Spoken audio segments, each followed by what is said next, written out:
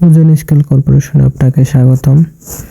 আজ আপনাদের দেখাবো ইন্ডিয়ান রড ওয়েট স্কেলের ক্যালিব্রেশন।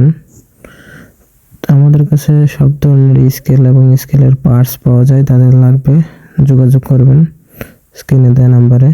দেখেন, এটা ক্যালিব্রেশন করার জন্য প্রথমে জিরো চাপ দিয়ে ধরে স্কেলটা চালু করলাম, তারপর ক্যাল লেখা আসলো। আবার দুইবার জিরো চাপলে লোড লেখা আসবে। লোড লেখা আসার পরে আমরা স্কেলে একদম একুরেট 100 কেজি ওয়েট দিয়ে দিয়েছি। একজন মানুষ উঠছে এবং কি আরও ওয়েট দিয়েছি, সব মিলে 100 কেজি ওয়েট দেওয়ার পরে আমি জিরোতে চাপ দিলাম। আবার জিরোতে চাপ দেওয়ার পরে এখন আমার 100 লিখতে হবে, যেহেতু 100 কেজি ওয়েট দিয়েছি। তো আমি প্রথমে এমআরে চাপ দেব, এমআর আর এম প্লাসের মাধ্যমে দেখেন 100 লিখে নিলাম। এখন তারপর আবার জিরোতে চাপ দেব, এই যে তারপরে আবার আসলো, আবার জিরো চাপ দেব, এই যে 100 দেখাইতেছে। এখন স্কেলটা ঠিক আছে, যে একজন মানুষ নামে পড়লো।